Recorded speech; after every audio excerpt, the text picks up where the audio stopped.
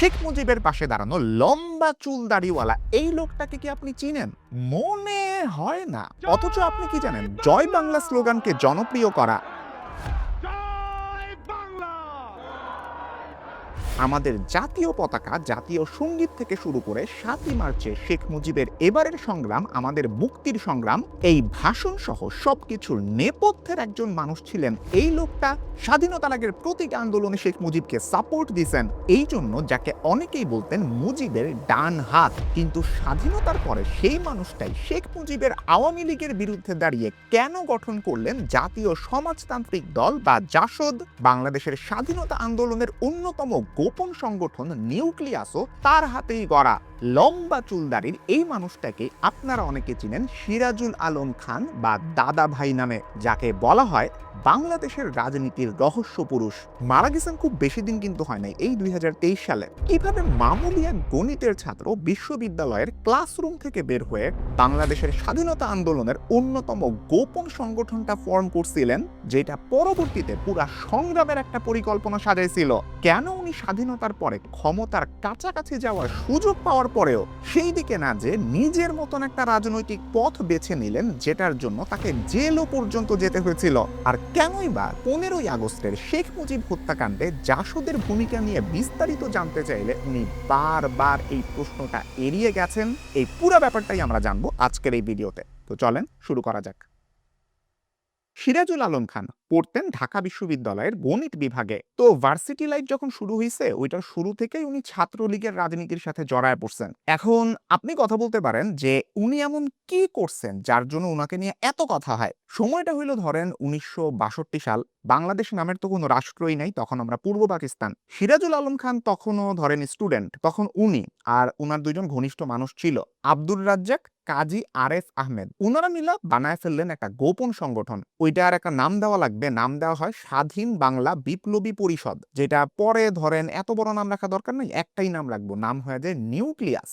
যারা আমার মতন আগে বায়োলজিতে ফাঁকি মারছেন তারাও আশা করি জানেন নিউক্লিয়াস মানেটা কি। মানুষের শরীরে তো অনেক কোষ আছে, এইগুলোর ব্রেইন মানে একদম কমান্ড সেন্টার বলা হয় নিউক্লিয়াসকে। নিউক্লিয়াস ছাড়া আমাদের শরীর চিন্তাই করা যায় না। এখন একটা জিনিস খেয়াল করেন, ওই সময়ের পাকিস্তান কিন্তু নর্মাল কোনো দেশ ছিল না। প্রথম কথা, সামরিক শাসন চলতেছে, আর্মি কিন্তু সরকারে। সবার সামনে খুল্লাম খুল্লা স্বাধীনতার কথা বলবেন এই পরিস্থিতি ছিলই না। ডাইরেক্ট আপনারে গ্রেফতার করে নেওয়া যাবে। এইরকম একটা সিচুয়েশনে কয়েকজন ছাত্র মিলা গোপনে গোপনে স্বপ্ন দেখা শুরু করলো, আলাদা একটা রাষ্ট্র হবে বাংলাদেশ। এই নিউক্লিয়াসের গোল ছিল একটাই, পূর্ব পাকিস্তানকে পশ্চিম পাকিস্তান থেকে আলাদা করে একটা স্বাধীন রাষ্ট্র বানাইতে হবে। এমনটাও বলা হয় জানেন, ওরা আঙ্গুল শপথ নিছিল দেশ স্বাধীন না হওয়া পর্যন্ত ওনারা ব্যক্তিগত কোনো স্বার্থের পিছনে ছুটবেন না, এমনকি বিয়ে শাদিও করবেন না। মানে বুঝতেছেন, সব ভার্সিটির চিরকুমার সংঘের প্রেসিডেন্টদের যে একটা মাত্র গুণ থাকা উচিত, ওই গুণটার কথা বলতেছি, যেটা নিয়ে পরে সবাই বিশ্বাসঘাতকতা করে বসেন আমরা জানি। তবে রিয়াল লাইফে উনাদের সাথে পরবর্তীতে 4 নম্বর একজন সদস্য যুক্ত হন, উনার নাম আবুল কালাম আজাদ। উনার মনে হয় বিয়ে শাদী করার একটু বেশি শখ ছিল, তো উনি কি করছেন, বাকি 3 জনের না জানায় নিজে নিজে বিয়ে করে ফেলছেন। মানে নিজে নিজে তো করেন না, আরেকজনের বিয়ে করছেন আর কি। তো এইটার রেজাল্ট একটা সিরিয়াস কাহিনী হয়েছে, উনারে সংগঠন থেকে বহিষ্কার করে দিছে। এখন আপনি প্রশ্ন করতে পারেন, ভাই এত সিক্রেট রাখা দরকার কি, গোপনীয়তা কেন তো দরকার ছিল ওই সময়? কারণটা খুব সহজ, তখনকার পাকিস্তানের গভর্নমেন্ট যদি একটু শুনতে পারতো কেউ পাকিস্তানরে 2 ভাগে ভাগ করতে, আলাদা করতে, বিচ্ছিন্নতাবাদ ছড়াইতে চেষ্টা করতেছে, তাইলে সেটা খুব শক্ত হাতে দমন করত। সবার সামনে খুললাম খুল্লা আপনি যদি এখনকার ফেসবুকের মতন স্বাধীনতা নিয়ে কোনো পোস্টও দেন, তাইলে গ্রেফতার, এমনকি রাষ্ট্রদ্রোহের মামলা পর্যন্ত হইতে পারত। যদি আমরা শেখ হাসিনার টাইমে এইরকম একটা সময় কাটায় আসছি, তারপরে খুব কঠিন সময়। এই নিউক্লিয়াস কাজ করত সেল পদ্ধতিতে। এক একটা ছোট্ট ছোট্ট দল, একজনের সাথে আরেকজনের খুব বেশি কথাবার্তা যোগাযোগ হবে না, যাতে করে একটা অংশ যদি ধরাও পড়ে যায় আর্মির কাছে, অন্য একটা অংশ যাতে অপারেট করতে পারে, আন্দোলনকে সামনে আগায় নিতে পারে। আর এই কারণেই ১৯৬২ সাল থেকে শুরু করে একদম বাংলাদেশ স্বাধীন হওয়ার আগ পর্যন্ত বড় বড় যত রাজনৈতিক আন্দোলন হয়েছে, সবগুলোর পিছনেই নিউক্লিয়াসের বেশ সক্রিয় একটা উপস্থিতি ছিল। আমি একটা একটা করে উদাহরণ দিতেছি আপনাদের। ১৯৬৮ সাল কি হয়েছিল মনে করেন তো? একটা ভুয়া আগরতলা ষড়যন্ত্র মামলায় শেখ মুজিব সহ আরো অনেকজনকে অভিযুক্ত করা হয়, জেলে নেওয়া হয়। এই মামলার কারণে পুরা পূর্ব পাকিস্তানে মনে করেন মানুষের মনে একদম আগুন ধরে যায়। এখন ধরেন আমরা ভিতরে ভিতরে রাইগে আছি, কিন্তু বাসার বাইরে যা কেউ আন্দোলন করতেছি না, তাইলে তো হবে না। মানুষের মধ্যে এই অ্যাঙ্গার, ক্ষোভটাকে একসাথে সংগঠিত করে একটা আন্দোলনে যে রূপ দেওয়া, এইটার পিছনেই নিউক্লিয়াস এবং ছাত্রলীগের নেটওয়ার্কের খুব বড় একটা ভূমিকা ছিল। এইবার আসেন মনে করি 1969 সাল বড় আন্দোলন কি হয়েছিল। জানুয়ারি ফেব্রুয়ারিতে একটা গণ অভ্যুত্থান হয় না, ছাত্র জনতার একটা ঢল পুরা রাস্তায় নেমে আসে। পাকিস্তান সরকারকে সেটা বাধ্য করে আগরতলা ষড়যন্ত্র মামলা প্রত্যাহার করে শেখ মুজিব এবং তার আশেপাশের মানুষদের মুক্তি দিতে। এইটার পিছনেও বছরের পর বছর ধরে ছাত্র সমাজের মধ্যে যে নেটওয়ার্কটা এই নিউক্লিয়াস প্রতিষ্ঠা করছিল, সেইটাই কাজে লাগছে। এই কারণে লেখক মহিউদ্দিন আহমদ বলছেন, সিরাজুল আলম খানের কাজ ছিল মাটি তৈরি করা, যাতে শেখ মুজিব এসে সেই মাটিতে বীজ বুনতে পারেন। এখানে একটা ব্যাপার বইলা রাখা ভালো, নিউক্লিয়াস কিন্তু কোনো প্রকাশ্য সংগঠন না, একটা গোপন সংগঠন ছিল। আগেই বলছিলাম, মুক্তিযুদ্ধের আগে পর্যন্ত এই সংগঠনের কথা তেমন কেউ জানতোই না। এমনকি সিরাজুল আলম খানদের অনেক ঘনিষ্ঠ রাজনৈতিক মানুষজন ছিল, ওনারাও জানতেন না। এইটারেই কিন্তু বলে আসল গুপ্ত থাকা। তবে এটা নিয়ে পরে ওনার সাথে অনেকে রাগও করছেন, ইন আ গুড সেন্স রাগ আর কি। যেমন আওয়ামী লীগের নেতা তোফায়েল আহমেদ একবার প্রশ্ন তুলছিলেন, সিরাজ ভাই আমার অত্যন্ত ঘনিষ্ঠ মানুষ, আমরা একই হলে থাকতাম, এত কাছের মানুষ হওয়ার পরেও তিনি কেন আমাকে নিউক্লিয়াসে রাখলেন না? ভালো সেন্সে অভিমান আর কি। রাজনৈতিক ও আদর্শিক দূরত্ব থাকা সত্ত্বেও 60-এর দশকের আরেকজন ছাত্র নেতা, মুক্তিযুদ্ধের সংগঠক এবং স্বাধীন বাংলা ছাত্র সংগ্রাম পরিষদের আহ্বায়ক নূরে আলম সিদ্দিকী, যাকে শেখ মুজিবের 4 খলিফার একজন ধরা হয়, উনি তার আমার গেছে যেদিন এই বইয়ে উল্লেখ করেছেন, জেল থেকে বেরিয়ে আমি লক্ষ্য করলাম সমাজতন্ত্রের প্রজ্বলিত মশাল হাতে নিয়ে সিরাজুল আলম খান জীবন্ত কিংবদন্তি রূপে সার্বক্ষণিক ছাত্রলীগের রাজনীতিতে বিরাজ করছেন। বাংলাদেশের ছাত্র রাজনীতি এমনকি জাতীয় রাজনীতিতেও তার অবস্থান চে গুয়েভারা, রেজিস দেব্রের উপরে। মার্ক্সবাদ এবং লেনিনবাদের বাইরে বৈজ্ঞানিক সমাজতন্ত্র নামক এক নতুন মতবাদ নিয়ে নিরীক্ষা শুরু করেছেন তিনি। এইবার আপনাদের মনে প্রশ্ন আসতে পারে, যেই লোক মুক্তিযুদ্ধের আগেই এত এত কাজ করছে, এত ক্যারিশমা দেখাইছেন, মুক্তি সংগ্রামের সময়ে উনি আসলে এক্স্যাক্টলি কি কাজ করছেন? 1971 সালের 25শে মার্চ পাকিস্তানি সেনাবাহিনী বর্বরতার চরম উদাহরণ দিয়া বাঙালিদের উপরে ঝাঁপায় পড়ছে। তখন এই সিরাজুল আলম খান, আব্দুর রাজ্জাক, শেখ ফজলুল হক মনি আর তোফায়েল আহমেদ, এই 4 জন সীমান্ত পার হয়ে ভারতে যান। কলকাতায় ভারতের বিখ্যাত সেই গোয়েন্দা সংস্থা র আছে, তাদের সাহায্য নিয়ে একটা বাহিনী গড়ে ওঠে, যার প্রথম নাম ছিল বিএলএফ, বাংলাদেশ লিবারেশন ফোর্স। কিন্তু এই বিএলএফ নামটা চেঞ্জ করা লাগবে, দুইটা অপশন সামনে আসছিল, মুক্তি বাহিনী, মুক্তি ফৌজ। এই দুইটা নাম নিয়ে একটা আইডেন্টিটি ক্রাইসিস তৈরি হইতেছিল। তখন সিরাজ নিজেই নাম প্রস্তাব দেন মুজিব বাহিনী, সবাই এটাতে রাজি হয়ে যায়। যদিও এই নামটা নিয়ে অস্বস্তি ছিল, ভারতের গোয়েন্দা কর্মকর্তা জেনারেল উবা নিজে এটা বলছিলেন, তবে সিরাজুল আলম খান রীতিমতো ভারতীয় কর্মকর্তাদের সাথে তর্ক শুরু করে দিয়েছিলেন, পরিষ্কার বলতেছেন, তোমাদের ডিসিশন তোমরা নাও, আমাদের যা যা সিদ্ধান্ত এটা আমরা নিব। নিজেদের প্রশিক্ষণ, নিজেদের ইন্টেলিজেন্স বিভাগ, এইসব দাবি নিয়ে 21 দিন দর কষাকষি চলে। শেষমেশ ভারতীয় পক্ষ তাদের সব শর্ত মাইনা নেয়। ফাস্ট ফরওয়ার্ড, বাংলাদেশ স্বাধীনতা পেয়ে গেছে। আমরা এখন আছি 1972 সালের 31শে জানুয়ারি ঢাকা স্টেডিয়ামে। সবাই নিজেদের অস্ত্র সমর্পণ করতেছে। ধর আমার কাছে বন্দুক আছে, আমি মুক্তি সংগ্রামে যুদ্ধ করছিলাম, এখন যেহেতু বাংলাদেশ স্বাধীন হয়ে গেছে, আমার তো এখন আর এটা দরকার নাই, আমি এটা সরকারের কাছে বুঝাই দিব। এইখানে শেখ মুজিব আর সিরাজুল আলম খানের একটা ছবি আছে, দুইজন দুই হাতে একজন অপরকে জড়ায়া ধরতেছেন। কত ভালো সম্পর্ক এই দুইজনের মধ্যে, আপনাদের মনে হইতেছে না? তাইলে তো এখন যুদ্ধ শেষ। সুন্দর মতন এই লোকটার শেখ মুজিবের দল আওয়ামী লীগেই যোগ দেওয়াটা মেক সেন্স করে না, এতটা সহজ না। উনি আওয়ামী লীগে যান নাই, গঠন করছিলেন জাতীয় সমাজতান্ত্রিক দল জাসদ। প্রশ্ন হইল, উনি এটা কেন করছিলেন? এইটার উত্তর খুঁজতে হইলে আমাদের আবার যাইতে হবে মুক্তিযুদ্ধের সময় কি হয়েছে সেটা দেখতে। তখন দুইটা জিনিস, মুজিবনগর সরকার আর মুজিব বাহিনী। মুজিব বাহিনী কোনটা ছিল অলরেডি আপনাদের বলছি। মুজিবনগর সরকার কোনটা ছিল? যখন মুক্তিযুদ্ধ চলতেছে বাংলাদেশের আনুষ্ঠানিক একটা প্রবাসী সরকার গঠন করা হয়েছিল, সেইটাই মুজিবনগর সরকার। এই মুজিবনগর সরকার আর মুজিব বাহিনী, এই দুইটার মধ্যে বেশ মত পার্থক্য চলতেছিল। দুইটা অনেকটা প্যারালাল লিডারশিপ মডেলে চলে গেছিল, যেটা মুজিবনগর সরকারের একক নেতৃত্ব প্রতিষ্ঠার ক্ষেত্রে চ্যালেঞ্জিং ছিল। আরেকটু বুঝতে নূরে আলম সিদ্দিকী কি বলতেছেন দেখি। মনি ভাই ও সিরাজ ভাই এমপি হোস্টেলে এসে প্রস্তাবিত প্রবাসী সরকারকে কোনোভাবেই সমর্থন এবং সহযোগিতা না করার জন্য আমাদের উপর চাপ প্রয়োগ করেন। এমনকি 17 এপ্রিল অনুষ্ঠেয় শপথ অনুষ্ঠানও বর্জন করার জন্য চাপ প্রয়োগ করেন। আমি পাল্টা যুক্তি দিয়ে বোঝাতে চেষ্টা করলাম সিদ্ধান্তটি আত্মঘাতী হবে। তারা বারবার যুক্তি হিসাবে বলছিলেন তাজউদ্দিন ভাইয়ের চিঠিটি ভুয়া এবং জাল, কোনোভাবেই তার প্রধানমন্ত্রী পদে অধিষ্ঠিত হওয়াকে সমর্থন করা যাবে না। এর প্রত্যুত্তরে আমি যুক্তি দাঁড় করালাম বঙ্গবন্ধুর প্রদত্ত পত্রটি সঠিক না হলে সে কৈফিয়ত পরে আপনারা তাজউদ্দিন ভাইয়ের কাছে জানতে চাইতে পারেন,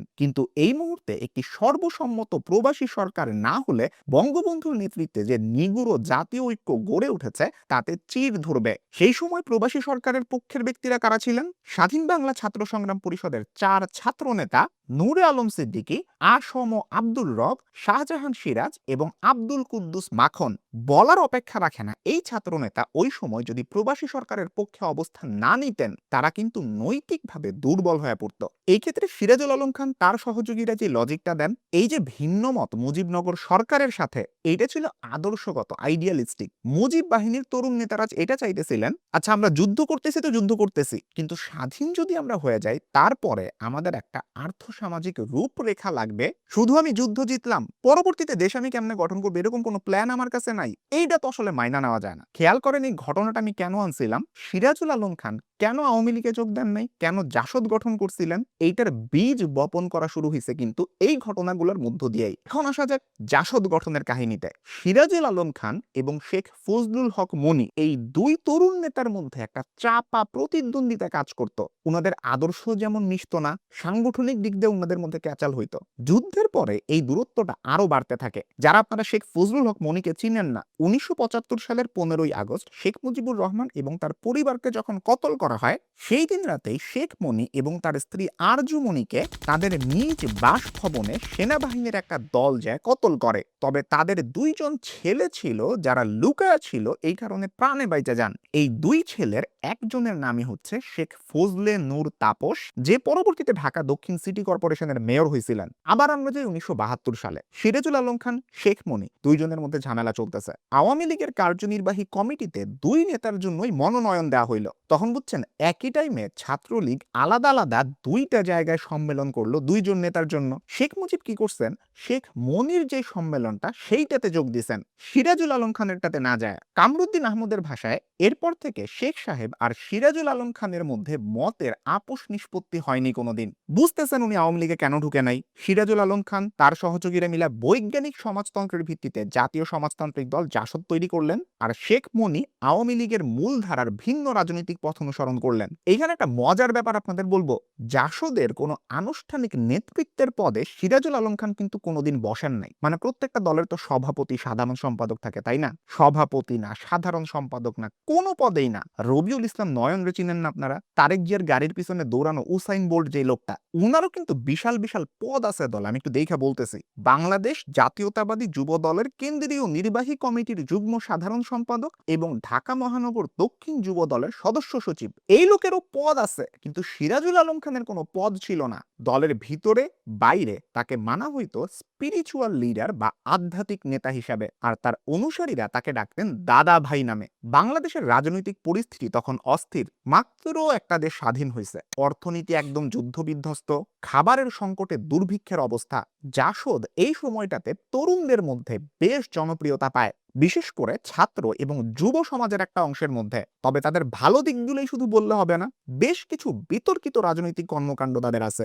যেমনটা মুক্তিযুদ্ধের সংগঠক এবং স্বাধীন বাংলা ছাত্র সংগ্রাম পরিষদের আহ্বায়ক নূরে আলম সিদ্দিকী তার আমার গেছে যে দিন বইয়ে উল্লেখ করেছেন, বঙ্গবন্ধু মুক্তিযোদ্ধাদের অস্ত্র সমর্পণের জন্য উদাত্ত আহ্বান জানালে বাংলাদেশের প্রত্যন্ত অঞ্চল থেকে মুক্তিযোদ্ধারা পরম উৎসাহ উদ্দীপনায় বঙ্গবন্ধুর কাছে অস্ত্র জমা দিতে ঢাকায় এলেন। কিন্তু সিরাজুল আলম খান বঙ্গবন্ধুকে বোঝালেন সব অস্ত্র জমা দেওয়া যাবে না, কারণ বাংলাদেশে পরাজিত পাকিস্তানপন্থী শক্তির হাতে বিপুল অস্ত্রশস্ত্র লুকানো আছে, তাদের মোকাবিলা করার জন্য অস্ত্র রাখা দরকার।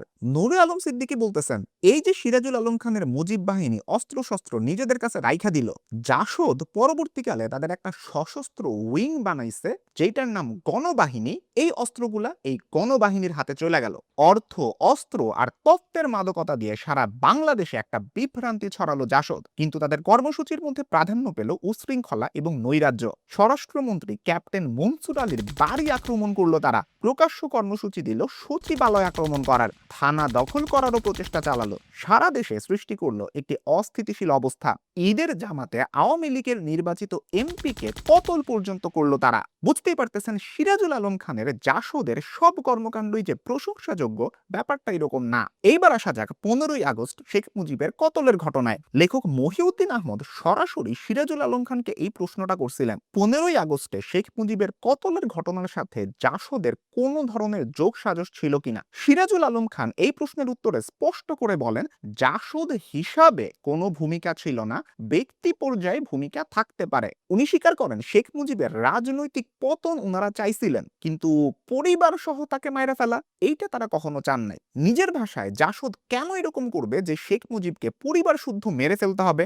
এই প্রশ্ন যখন আরো গভীরে যাইতে থাকে, একটা মুহূর্তে সিরাজুল আলম খান নিজেই বইলা উঠেন, এটার আর আলোচনার দরকার নেই, রেকর্ডিং স্টপ করো। এখন প্রশ্ন হইতে পারে সিরাজুল আলম খান অ্যাকচুয়ালি চাইতেনটা কি? এইটা বোঝার জন্য শুধুমাত্র উনার কর্মকাণ্ড দেখলেই হবে না, উনার চিন্তা ভাবনাটাও দেখা দরকার। উনি বিশ্বাস করতেন বাংলাদেশের মতন একটা দেশের জন্য পশ্চিমা ধাঁচের পুঁজিবাদ বা সোভিয়েত ধাঁচের সমাজতন্ত্র কোনোটাই পুরাপুরি কাজে লাগবে না। তার বদলে উনি খুঁজতেছিলেন একটা নিজস্ব মডেল, যেইটা বাংলাদেশের মাটি, মানুষ আর বাস্তবতার সাথে মানানসই হবে। খুব সহজ বাংলায় যদি বলি, সুপারম্যান যদি বাংলাদেশি কোনো সুপার হিরো হইতো, কিংবা সিনেমায় জ্যাকি চ্যানের মতন মানুষকে বাংলাদেশে হিরো হিসাবে কুংফু করতেছে এই স্টাইল দেখানো হইতো, দর্শক কি জীবনে বিশ্বাস করত?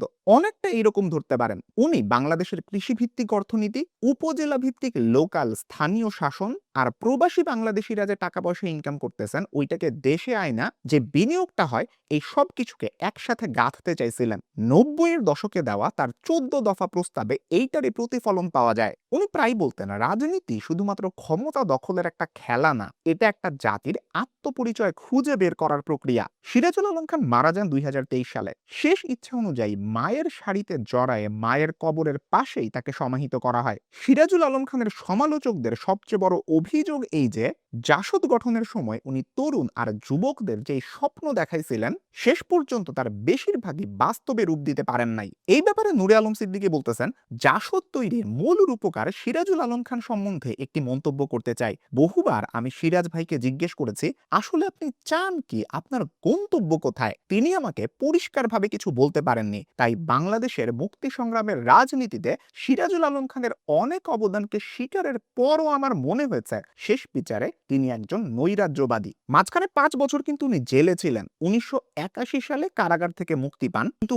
মুক্তির পরে একদম অ্যাক্টিভ দলীয় পলিটিক্স যেটা আছে না, ওইটা থেকে উনি আস্তে আস্তে দূরে সরে যেতে থাকেন। যেই জাসদ একসময় দেশের তরুণদের কাছে বিপ্লবের প্রতীক ছিল, সেইটাও সময়ের সাথে সাথে বিভিন্ন দল উপদলে বিভক্ত হয়ে একদম ছিন্ন ভিন্ন হয়ে যায়। মৃত্যুর আগ পর্যন্ত বছরের বেশিরভাগ সময় মার্কিন যুক্তরাষ্ট্রে থাকতেন, বাঙালি জাতীয়তাবাদের উপরে গবেষণা করে এবং বই লিখে সময় কাটাইতেন। বাংলাদেশে আসলে অধিকাংশ সময় কাটাইতেন 5 তারা হোটেলে, রাজনৈতিক পার্টনার কিংবা ঘনিষ্ঠ বন্ধুদের সঙ্গে আড্ডা দিয়ে সময় কাটাইতেন। সমাজতান্ত্রিক বিপ্লব ভুলে গেলেও সাম্যবাদী দার্শনিক কার্ল মার্কসের আদলে লম্বা দাড়ি আর চুল তার আমৃত্যু সঙ্গী হয়েছিল।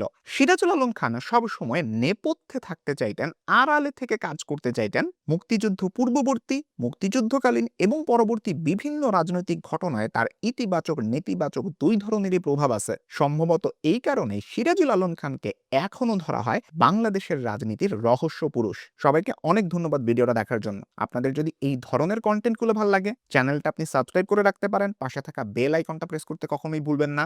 আমার গত মাসে রিসার্চ নিয়ে প্রচন্ড ব্যস্ততা ছিল, এই কারণে মাত্র মনে হয় একটা ভিডিও দিছি। এই মাসে আরো অনেক ভিডিও দিয়ে পোষায় দিব আমি ইনশাল্লাহ। সবাই ভালো থাকবেন, সুস্থ থাকবেন, দেখা হবে ইনশাল্লাহ পরবর্তী ভিডিওতে।